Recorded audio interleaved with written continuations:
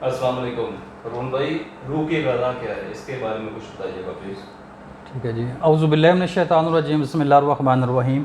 आप देख रहे हैं वजदान मन की बात हारून रशीद के साथ। हमारा आज का मौजू है रूह की ग़ज़ा क्या है, यही सवाल है हमारा। जी भट्टी साहब, हम इस पे बहुत ज़्यादा लंबी बात कर सकते हैं, लेकिन हमने वीडियो में कम ही बात करनी होती है। हम मुख्तसर वक्त में इस पे बताने की मैं कोशिश करता हूँ।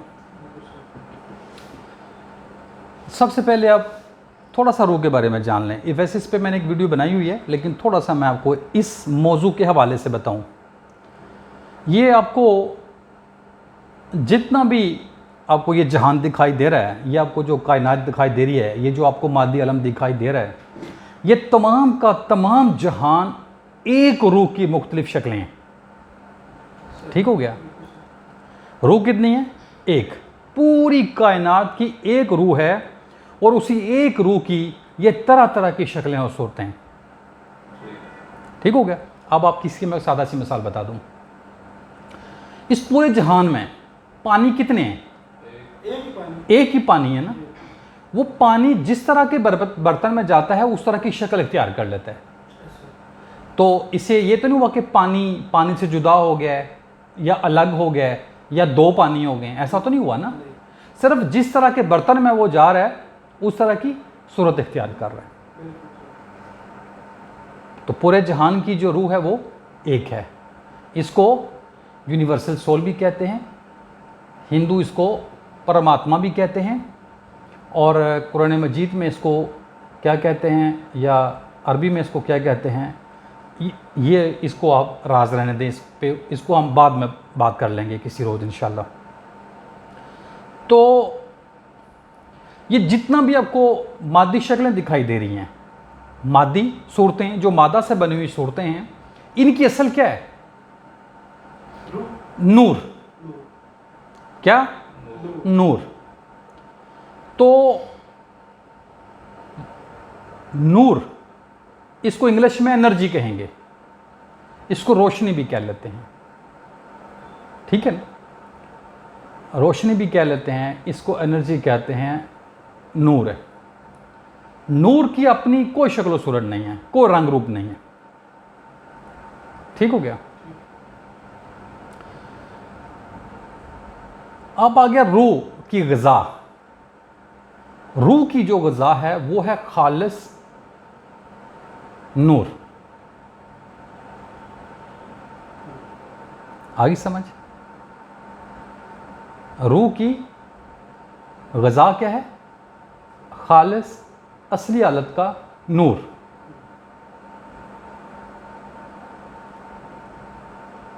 ठीक हो गया? ये जितनी भी चीज़ें आपको दिखाई दे रही हैं, इनको जब अल्लाह ताला तख्लीक करता है तो ये अपने आप में खालिस होती हैं। ठीक हो गया? जब इंसान इनमें मुदाखलत करते हैं या इनके साथ मुदाखलत की जाती है तो ये नूर जुल्मत का शिकार हो जाता है, मतलब ये बदल जाता है। तो फिर ये खालिस नहीं रहता, अपनी असली हालत पे नहीं रहता। तो इसमें आपकी अपनी असल क्या है? आप भी एक रूह की शक्ल है, मैं भी, ये भी, तमाम जहां जैसे मैंने बात की है। आपकी जो ग़ज़ा है वो नूर है। ये तमाम चीज़ें नूर से बनी हुई हैं। मादे की असल क्या है? नूर। मादा और नूर दो अलग अलग चीज़ें नहीं हैं। नूर की आखिरी हालत, नूर के मुकम्मल ज़ुहूर का नाम मादा है। नूर अपनी असली हालत में प्योर है। जब वो ज़ुहूर करता है अपने ही तयशुदा प्रोसेस से, तो वो अपनी असली हालत में रहता है। लेकिन जब इंसान इसमें मुदाखलत करते हैं तो ये फिर बदल जाता है, इसकी रेसिपी बदल जाती है, फिर इसको इस्तेमाल करने वाले भी बदल जाते हैं, जुल्मत का शिकार हो जाते हैं। अब जितनी भी आपकी खाने पीने की चीज़ें हैं, ठीक है, जितनी भी आपकी खाने पीने की चीज़ें हैं, ये तमाम की तमाम नूर से बनी हैं। नूर के अंदर तरह तरह की सलाहियतें हैं, बेतहाशा सलाहियतें हैं, लातादाद अनगन सलाहियतें हैं। वो फिर ग़ज़ा की शक्ल में नूर जब ग़ज़ा वाले प्रोसेस में जाता है तो फिर एक मादे की शक्ल में आपके सामने आता है। फिर आप जब उसको खाते हैं तो आपका जो अपना एनर्जी लेवल होता है, मतलब आपका जो एक नूरी लेवल होता है वो और बढ़ता है, आपकी रूह और तवाना होती है। जब वो आपकी खुराक की शक्ल में मिलने वाला नूर अगर वो जुल्मत वाला हो, मतलब उसमें मुदाहलत की गई हो, वो फिर आप उसको इस्तेमाल करेंगे तो आप भी जुल्मत का शिकार हो जाएंगे। आपकी जो रूह है वो बोझल हो जाएगी, वो तारीकियों का शिकार हो जाएगी, पस्तियों का शिकार हो जाएगी, अपना राग खो देगी। ठीक हो गया।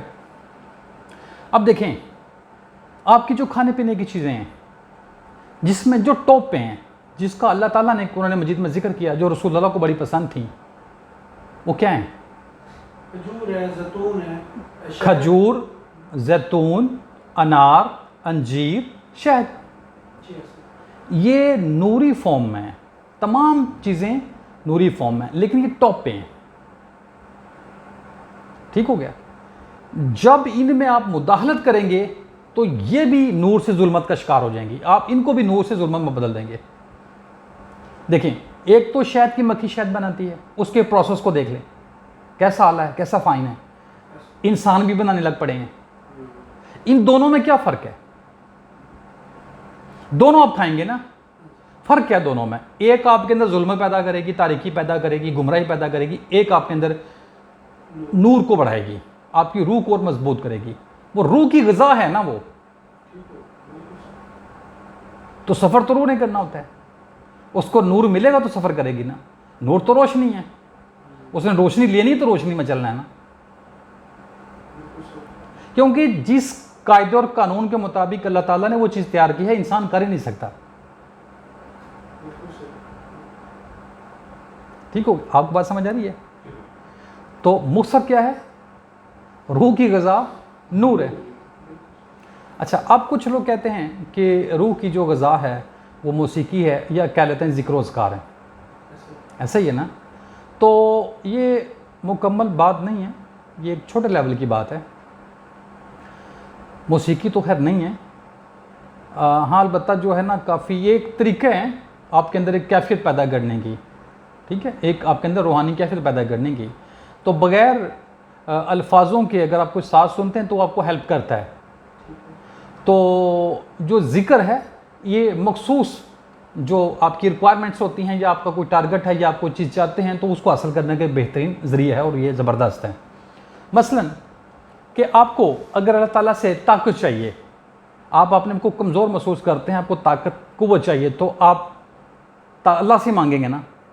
कैसे मांगेंगे? अब अल्लाह ताला के बहुत सारे शोबे हैं, अल्लाह ताला के बहुत सारे शोबे हैं, मतलब डिपार्टमेंट जिसको हम कहते हैं।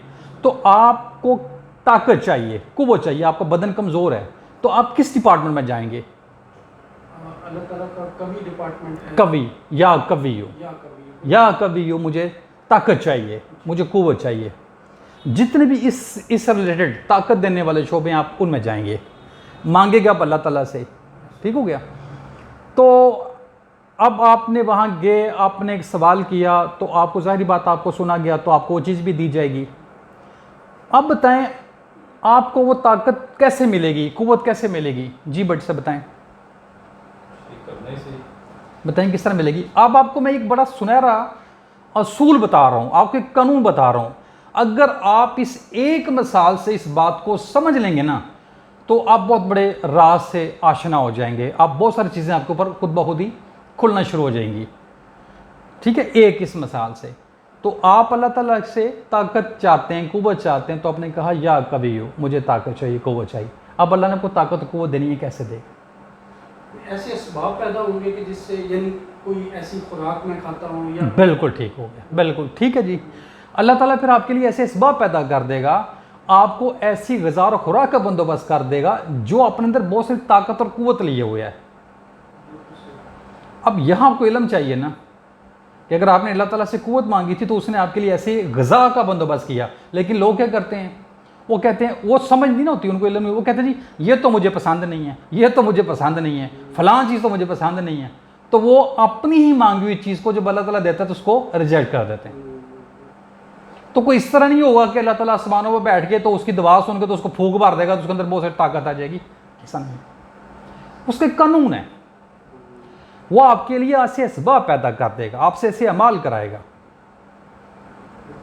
ठीक, कि आपको उस तरह की ग़िज़ा मिलना शुरू हो जाएगी जो अंदर कुव्वत लिए हुआ है। इसी तरह अगर आपको इल्म चाहिए तो आप कहेंगे अल्लाह ताला मुझे इल्म दे, तो कैसे मिलेंगे? आपको इस तरह के इल्म वाले लोगों से मिला देगा, इल्म वाले लोग आपके सामने आ जाएंगे, ऐसी कोई इल्म पे मबनी किताब आ जाएगी, कुरान मजीद आपके ऊपर खोलना शुरू हो जाएगा, ठीक है। अब आपने ये एक्टिव रहना है कि जब अल्लाह ताला से किसी चीज़ को आप तलब करेंगे तो वो मिलेगी कैसे। बिल्कुल समझ आना, बिल्कुल सही।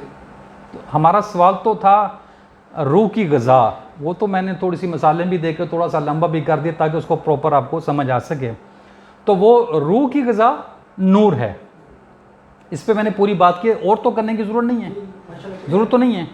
अब तमाम सुनने और देखने वालों का बहुत शुक्रिया। अगर आपको ये वीडियो अच्छे लगे तो इस चैनल को आप सब्सक्राइब कर लें, वीडियो को लाइक और शेयर कर लें। मेरा मकसद सिर्फ ये है कि ज़्यादा से ज़्यादा लोगों को हकीकी रूहानियत की आगाही हो। अस्सलाम वालेकुम रहमतुल्लाहि व बरकातुहू।